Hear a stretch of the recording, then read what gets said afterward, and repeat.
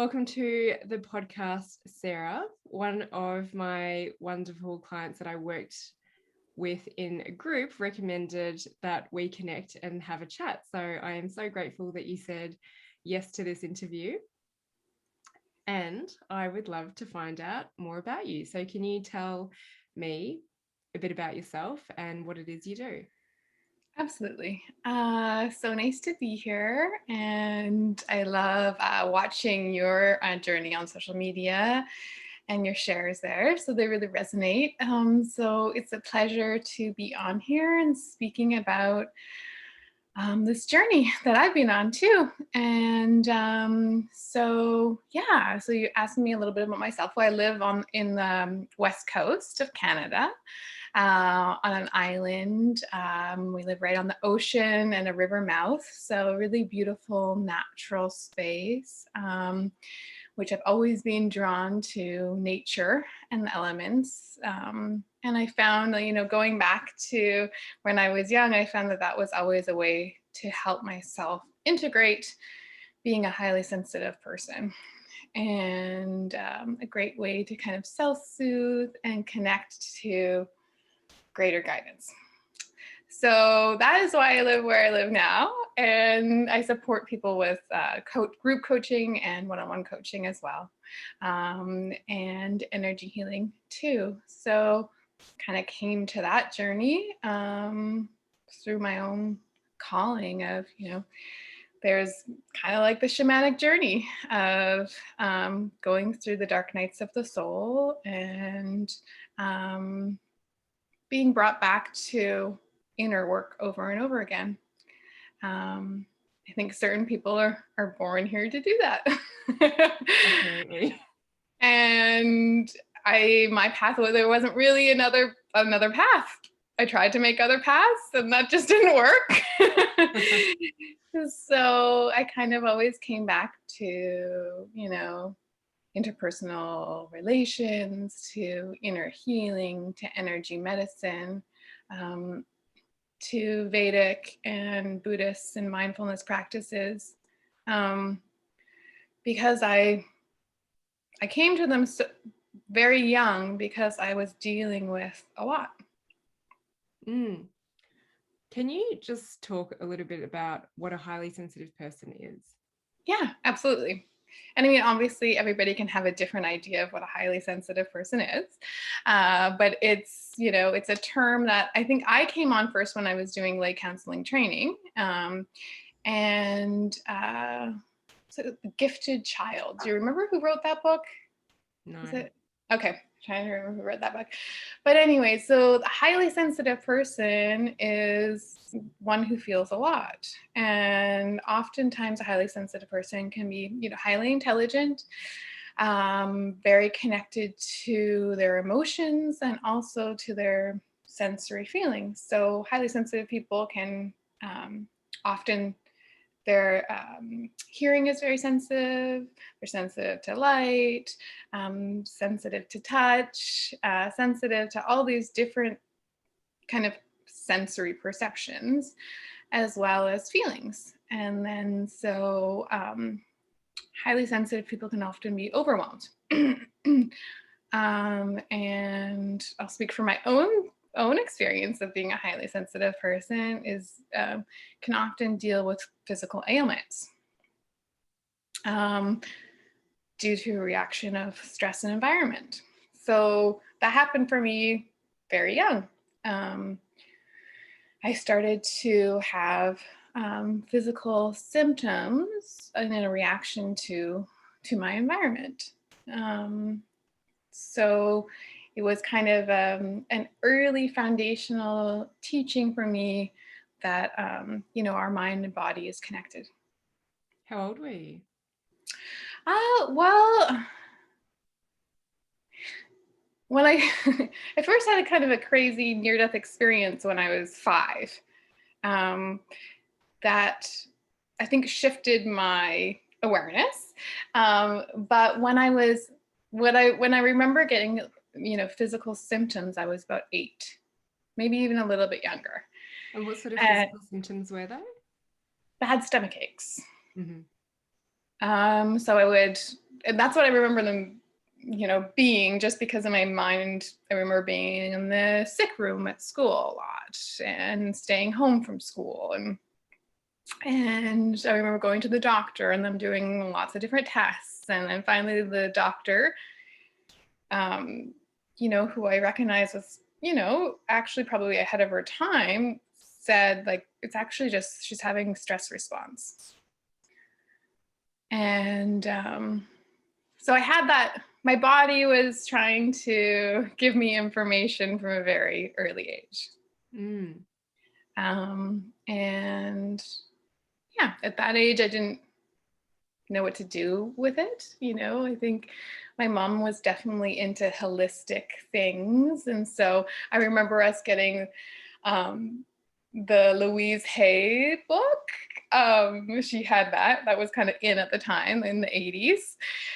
And it was like using positive affirmations, that's Louise Hay's stuff, positive affirmations to heal your body and your past. Can actually kind of toxic because it just, I believe some of that work just bypasses the pain. I agree with you. So many people say to me, is this like Louise Hay's stuff? And I totally respect her. And I know that it works for a lot of people, but it's, the positive bypassing. Yeah. And it was interesting because even when I was really young and my mom was like, let's do these, we'll do these affirmations every morning and then everything will be good. And you can go to school and you can handle the stress. And it was like very disorienting for me because I was like, oh, these should be making me feel better, but I don't feel better. So that was like an interesting kind of experience, very young, of like, this is how you should heal. And then like the authentic thing was like, that's not doing anything. Yeah. So like,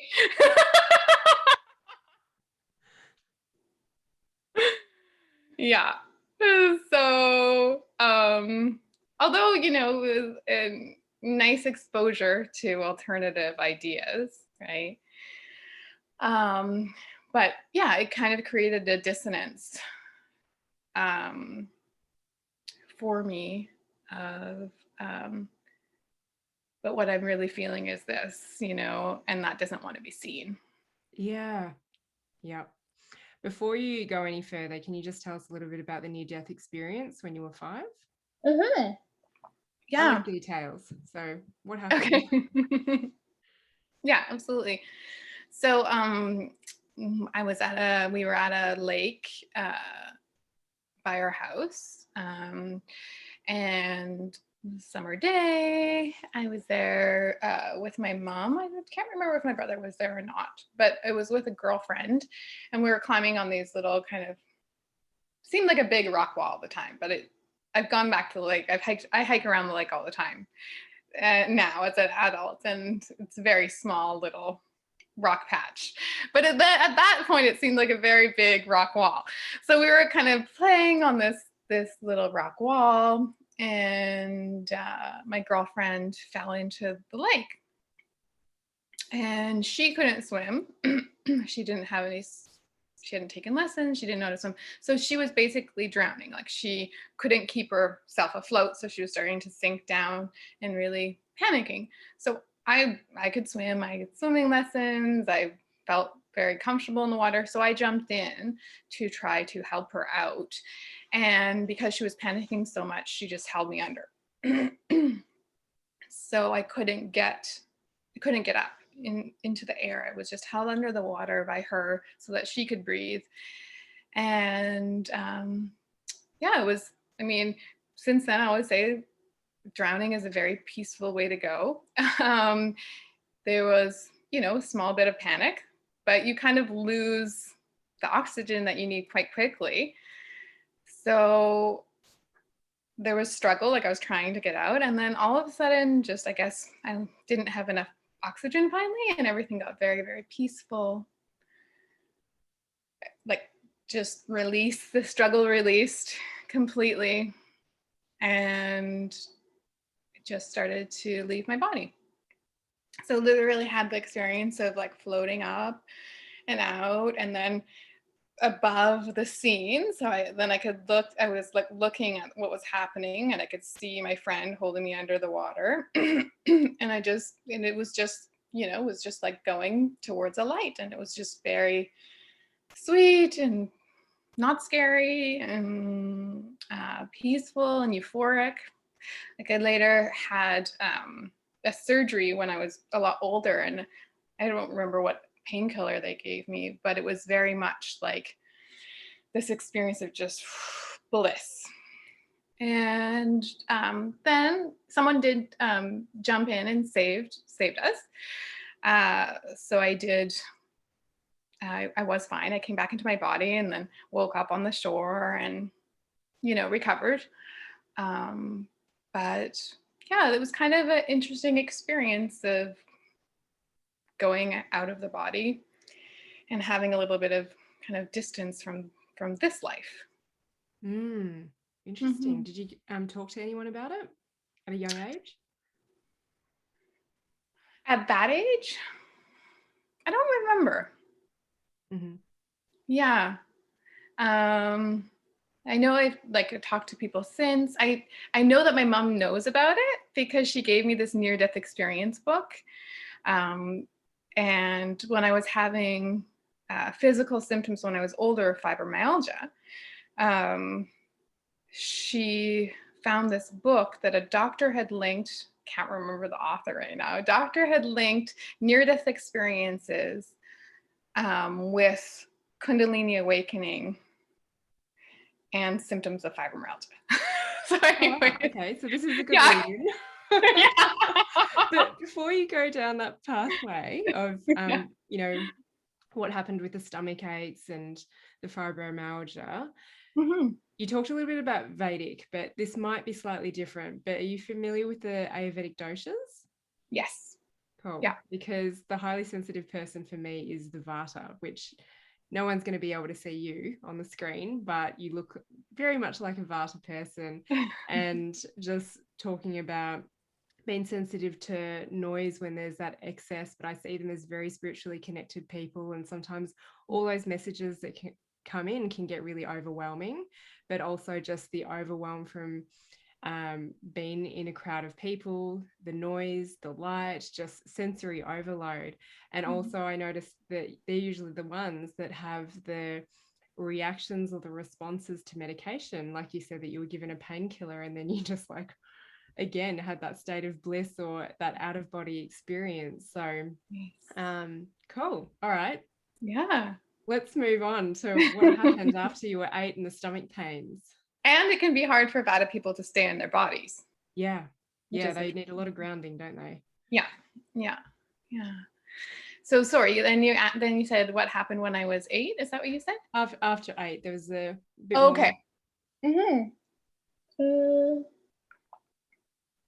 Yeah, so then after 8, going into it's about 11 or 12 that I started to develop an eating disorder. What sort of eating disorder? Anorexia, which then turned into bulimia. But it started out as kind of controlling my eating and exercising, compulsive exercising. And, when I have had a lot of, distance from it and looking back, and I can see that it was trying to deal with overwhelming feelings and a lot of dark feelings. What sort of dark feelings as a 8-year-old, 11-year-old, 12-year-old, if you can remember? Well, it's interesting to kind of try to label them because it's almost just like it felt like darkness. Like it didn't. And that's what felt so confusing for me, was like, this darkness is kind of coming for me or like there. and it's overwhelming me and I don't know what to do with it. I need to numb it out. I need to control my experience. And I didn't really have a vocabulary for, I would say fear. It's probably mostly fear, and grief and sadness. Yeah, and probably discomfort, being uncomfortable. I'd say that yeah, those are some of the overwhelming feelings. Yeah. I'm just thinking a little bit about your parents, and how was it that they handled you as an 11, 12-year-old with an eating disorder, having all of these dark feelings? Well, they didn't know. So my eating disorder went undiagnosed until I told them at, I think I was 17 when I shared it with them. Like there were symptoms, like I wasn't getting my period and other things. But things were busy at home and parents were stressed. And my parents, I was being raised by my mother. My parents divorced when I was 5. So my mom was really, really busy, really engaged. I was always very high achiever, and nothing was really questioned. It was just, Sarah loves to exercise. She takes care of herself. She likes to do her own meals. That's fine. I think it was like, okay, good. Well, I don't have to do it. Yeah. So, you know, and I didn't go to my parents for support around that. I didn't even know how to talk about it. I didn't have a language for it. I just knew that I had to deal with these feelings somehow, and felt like it wasn't okay to burden anybody with them.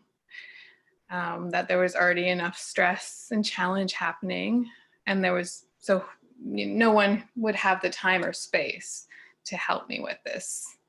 So then I just kind of went to my own resources for trying to work with it. And, you know, I did start seeing a counselor in high school. I went to the local counselor at the school, and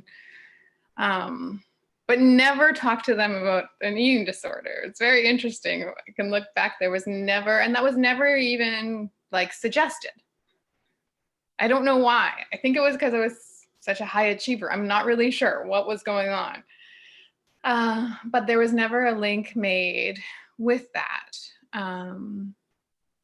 But I did seek some supports, but kept that part of my life very private, you know, and then it just became more and more private. But then when it got out of hand, like when it developed into kind of full-blown bulimia, that's when it became really hard for me to kind of hide it, and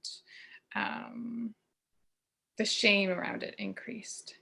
It was easier when I was dealing with just anorexia and over exercising, to just say, well, I like to exercise, you know, oh, I'm too busy, I don't need to eat, or I'm doing my food on my own. But bulimia is harder to hide. There's large amounts of food that go missing. There's a lot of time involved with that. So that's when I kind of brought it up to my family, like, okay, this is what's happening for me, and I want to work with it. So you talked a bit about fibromyalgia as well. When did that come up for you? That came up for me at the end of my 20s. Yeah. So is there a bit of a gap that we need to fill from 17 when you told your parents to the fibromyalgia? Yeah. Well, like with the eating disorder, that was something that I worked on for years after that. I would say it took until about 27 to fully feel like I was eating like normally, or it wasn't a fixation anymore. And did you do that with a lot of external assistance? Well, kind of interesting. Like I definitely tried getting external support.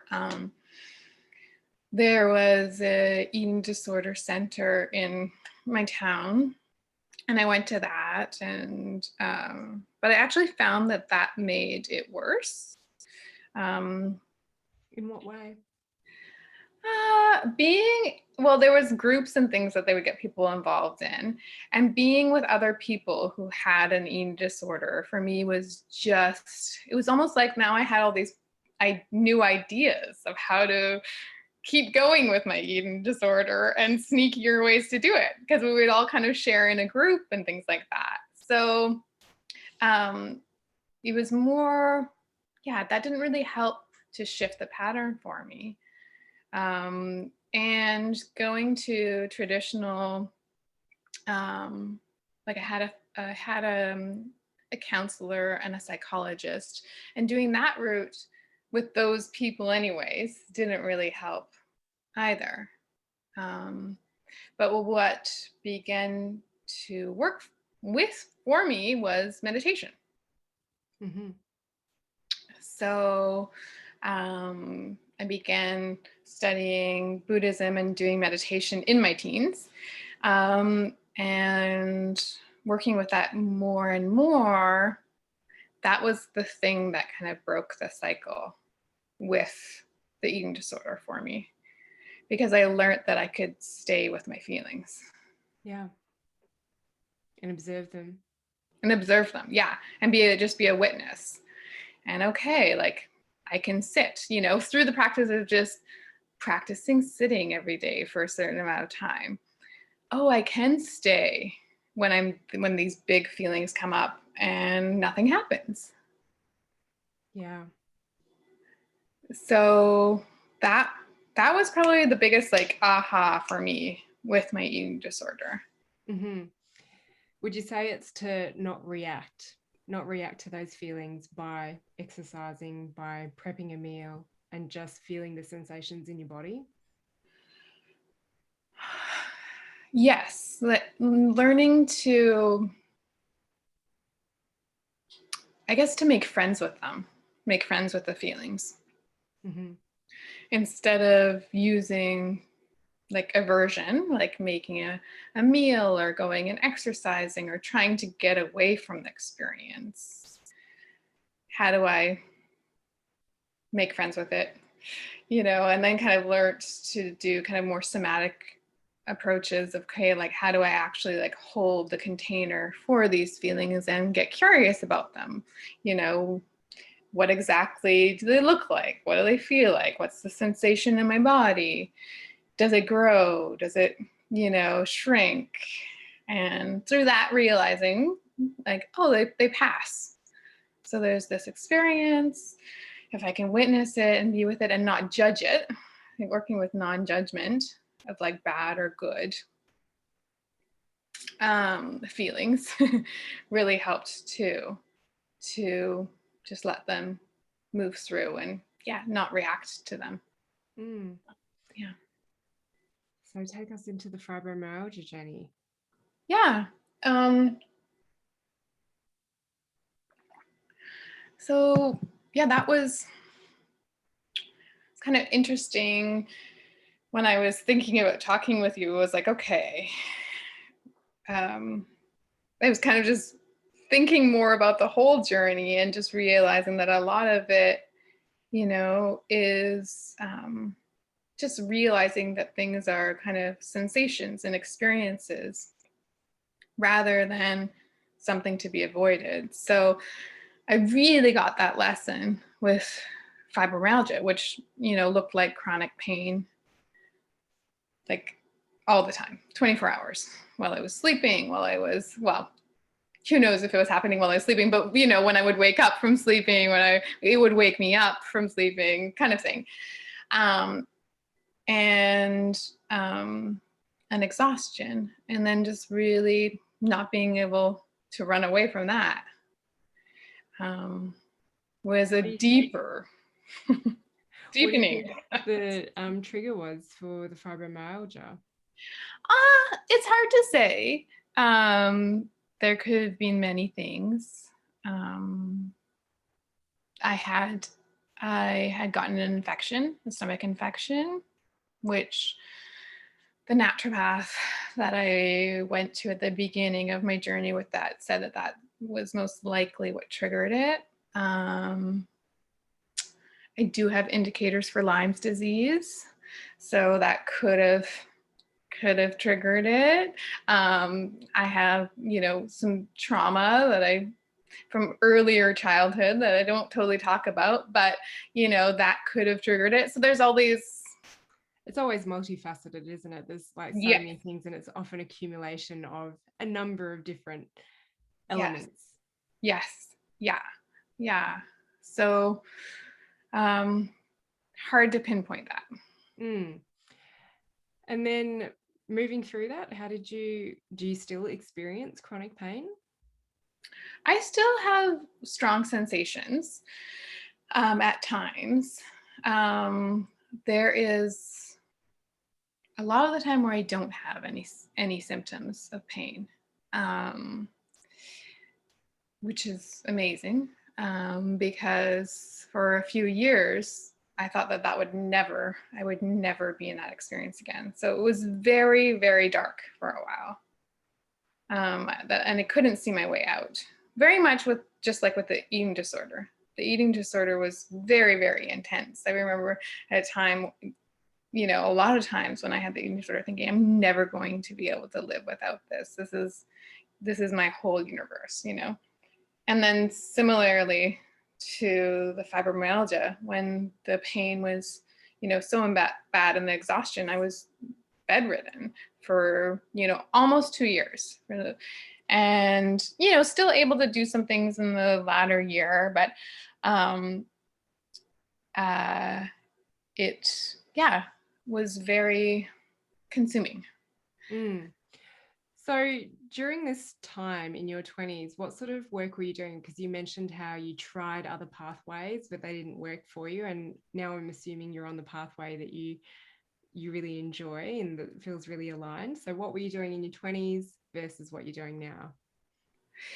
I was working in hospitality in my 20s, for half of my 20s. Anyways, and kind of what I meant as far as that is kind of the desire to go more into academic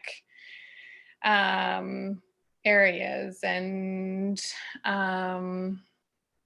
which was kind of interesting because when I developed fibromyalgia, I was doing a lot of things, which could have been another precursor to it. I was burnt out. I was over stressed. I was back in school, so I wanted to finish my social work degree and get my master's in that. I was finishing up the lay counseling training that I was doing and seeing one-on-one clients. And I guess what I meant with how I was directed was I really wanted to go that route. I wanted to go the academic route. I wanted to keep climbing. I wanted to, probably teach that. I wanted to have a really safe and secure way of being in the world that felt very normal, I guess I would say. But when the fibromyalgia hit, it took over and I had to quit everything. And so basically learning how to work with my body and my own kind of journey became the thing that I had to do also for work. I couldn't separate the two, which is kind of, interesting because so many of the spiritual paths I was on, like studying yoga and Buddhism, it's all about that. It's like, you need to live your work. So that's kind of what I mean, where I felt like I was directed back. Yeah. So tell us a little bit more about not necessarily your childhood, but you mentioned to me earlier how a lot of stuff that plays out for us does stem in childhood. Mm-hmm. From Yeah, your well, youth. yeah. Well, we, develop who we are, or our belief system, our inner belief system, and our nervous system young, in the first years of our lives. So that becomes the foundation of kind of how we respond to the world and how we respond to each other and how we respond to ourselves, in my opinion. And so for me, working with inner child healing, working on creating an inner environment of love and compassion has been the thing that helped me change my life and helped me get out of an eating disorder and chronic pain, which I see with lots of clients too. So using force to change something doesn't work very well for a lot of people. I've tried to force myself and control myself out of an eating disorder for like 7 years, and that didn't do anything. And then when I started to develop acceptance and love and build compassion and mindfulness, that was kind of what started to allow me to shift my experience. Same with fibromyalgia, developing acceptance, not fighting the pain, getting to work with the pain and treat it like a friend again, like just like with the emotions, how can we befriend these things? So I think, for most of us as children, we didn't learn to befriend those parts of ourselves. We didn't learn to befriend our feelings. Oftentimes there wasn't space or room for us to talk about our experience. It was just, I feel like it was a different paradigm back, 20, 30 years ago, 40 years ago, where parents also weren't informed about how to hold space for highly sensitive children. That is a thing, that, tough love actually doesn't work that well for children's development. So I think a lot of us receive that kind of tough love experience being raised, and so then we treated ourselves that way.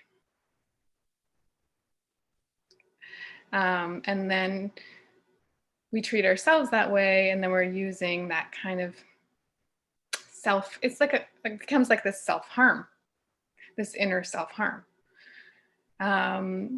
So working with our childhoods, we can really start to understand why we talk to ourselves the way we talk to ourselves, why we have beliefs about certain things that seem really strong.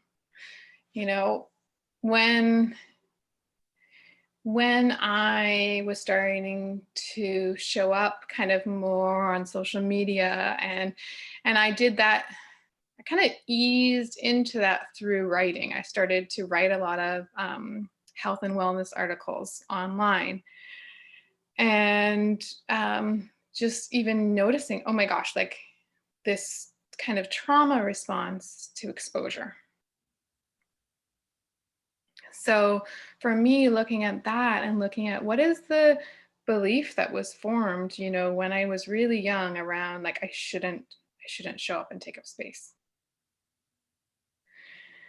So when I go back, to my childhood, I can see why I developed that belief. I didn't want to stress anybody out. There was a lot of chaos happening. There was a challenge. I wanted to just take care of myself, be quiet, and, not disturb anybody. So actually, as an adult, trying to show up in the world as a powerful woman was very, very triggering at first. I had all this kind of self-doubt, sabotage, all this, this inner kind of critic shouting like, you shouldn't do that. You're such a bad girl. Like these, like who are you to do that? Don't take up space, right? So all these kind of inner voices trying to keep me back to the belief system that I formed when I was young. I don't know if that answers your question. It does. Yeah, absolutely. So how did you work through it? How did you reparent your inner child? Well, a long journey. I think it was something that I began years and years and years ago. And I started to take my inner child on dates. So I would just take her to the closet and ask her what does she want to wear, and then I'd put that on. So start honoring these inner, younger, natural impulses that were more kind of spontaneous and loving, and to try to build that kind of compassionate relationship with her. Then I would take her to the beach, or I would write with her. I did a lot of journaling and dialoguing with my inner child to begin with. And my inner child, to begin with, hated me. Like, she did not want anything to do with me. She was so distraught and hurt. So it took a long time for me to work with her and kind of bring her out of the shadow and bring her more kind of into the light, get her comfortable being with me, and trust, I guess, building that inner trust kind of with her, which is really important for like seeing, because I do believe that our inner child, our unconscious inner child, can kind of start to control our world in some ways through kind of sabotage, or I don't like the word sabotage, but through the desire to keep herself safe. Yeah. So what kept you going? Because I think we're very conditioned that we do this thing and it works, but you said that your inner child really kind of pushed you away, didn't like the conversations, the dates that you were having with her, whatever that may be. What kept you going to keep trying?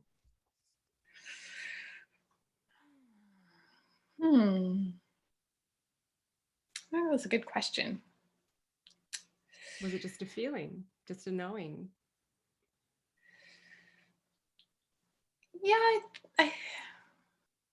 I think there was just a knowing that there wasn't another way, that like this was the way. You tried other things. Yeah, like trying a lot of traditional support, even around, like even with the fibromyalgia, I went to, a clinic, and that was said to be, the best clinic in our province and the best specialists, and they were wonderful people, but their treatments were just dealing with symptoms. There was no looking at root cause. There was no trying to heal what might be keeping this going or increasing the intensity. Or so knowing that I needed to get to deeper layers, I think was the, and I guess that was another reason why I said, like, I tried to go other routes. Like, I tried to take pain medication at first. I'm very resistant to taking medication because I have strong responses to it. But at first I did, when I needed a break from the pain, I tried pain medication. It made me really depressed. And there was other symptoms and things too.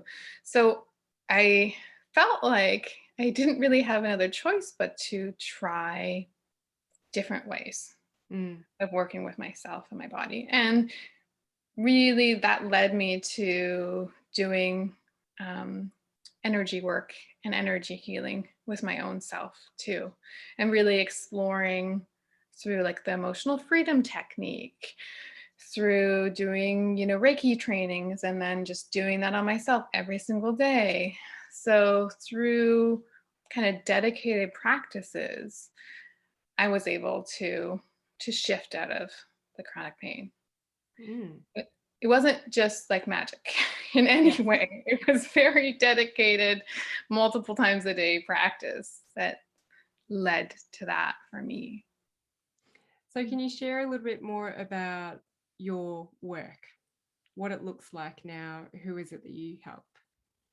Absolutely. Yeah. So mostly I work with women for the most part. I do have space for male clients as well, but as my practice has evolved more and more, I find I'm specializing more with women who are working on kind of breaking through and rising. So whether that is through their own kind of chronic conditions of pain or challenge, working on ways to build our foundations so that we have the strength to move forward in the directions that we desire. So through coaching, through my coaching is very integrated. It's very much an Eastern and Western integration of bringing in kind of yogic and Vedic wisdom and meditations, as well as mindfulness tools like stress-based mindfulness reduction, and bringing in kind of traditional therapeutic like cognitive behavioral therapy, and then working with a lot with the nervous system. So something that I ended up working with a lot myself, first through my training in yoga, which I didn't really get at the time when I started training in yoga. I didn't understand the connection to the nervous system and regulation so much. But then as my own body went through the trauma of dealing with a chronic illness and chronic pain, healing that, I was like, oh, interesting. The nervous system plays such a big part in it. And so really working with people around how to regulate and nourish our nervous system so that we don't go into overwhelm, so that we can deal with stress, so that we can rest, digest, and heal. So doing that kind of integrated approach, I find helps people work with their lives in a more holistic way. So it's not just mind, it's not just body, it's not just goals. It's actually, here are practical tools that you can use every day. And do you find that when the people you work with dive into the coaching space with you, that there is resistance that shows up? Really depends on the person. That's what I find. And some people, it takes the resistance a little while to show up. And some people, the resistance never shows up. Yeah. I have this wonderful somatic tracking practice that I teach clients of how to work with their resistance. So when things like that show up, we can work with them, and working with it through getting to know what resistance feels like, what the sensation is in the body, what shape it is, what information it has to tell us, can help to kind of move through that resistance. And there's many reasons why people have resistance, right? It's not the same. Resistance isn't the same for everyone, right? There's many reasons and possibly traumas why somebody is having resistance to an experience of working with another person. Yeah. And why is it that you love working with people in this way? The reason I love working with people in this way is because I've seen the changes it creates in lives. I've had so many people tell me like, wow, I've never worked in this way before. This is giving me the tools to come back into my body, to feel empowered, and to be able to take the steps that I want to create change. And so for me, that's the reason to continue kind of holding these containers and teaching these tools. And as our world gets, our world is kind of challenging right now. It has been, and it's gotten a little bit more so in the last few years. So we need to work from within, my big belief. We need to learn the tools to work with ourselves, because this person right here is the person that needs to be able to go into all the different situations and experiences of our lives and get through. And, as adults, there's a lot of situations that we need to work with, and some are wonderful and beautiful experiences, and other ones may be challenging and overwhelming. So preparing ourselves with kind of these skills to get through life and go through the big ups and downs, I think is really, really crucial, so that we don't all go crazy. Absolutely. Yeah. If we're waiting for the world to change around us or that person to change, then you're just creating more challenges for yourself. Yeah. It's hard, but it's easier to work on yourself. Yeah. We can't control, we can't always control what's going on around us. So it would be nice if we could, or it's nice to think of, once I get over this stress, there'll be no more stresses, right? But that's such a trap to get into, because there's always something that comes along, right? So we actually need to work with our ability and our resilience to deal with stress in the moment, and maybe make it not such a bad experience. Maybe make it be just an experience that you're working with. Yeah, absolutely. So what would be something that you would like to share with other highly sensitive people who perhaps resonate with your story but don't know where to start? Yeah, I would say, one of the biggest places to begin is with more self-love. So how can, so yeah. So how can you reframe our perspective? How can we reframe our perspective of sensitivity to being a gift instead of a challenge? So how can we find the jewels in that sensitivity? Like perhaps it makes one a better artist. Perhaps it makes one, a better lover. Perhaps it makes one more passionate in this area. Or the sensitivities is a beautiful thing, because it allows us to feel a lot.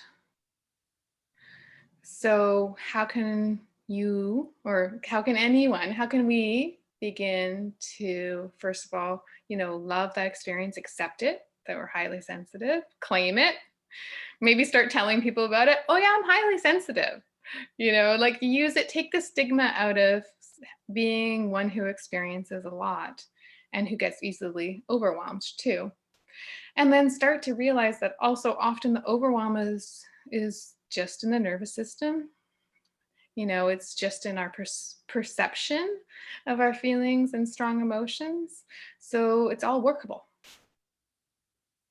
It's very, very workable. And start reading about it. If that feels like the easiest avenue for someone right now, start reading books about highly sensitive people. Start reading books about trauma healing. Dr. Peter Levine is really great. And start working with your nervous system. Meditation is not something that's easy for everyone to do. So I don't always just say, just meditate, begin meditating and become a good witness, to your feelings. Because sometimes that is not the gateway for people. Sometimes there's too much anxiety to begin with that. So, the gateway of yoga can be a beautiful experience, or working with breath work can be good, or seeking out somatic-based approaches. So using the body kind of as a way to get to know our experience can be helpful so that we can drop out of the mind. Because oftentimes too, with people who are highly sensitive, the mind is really busy.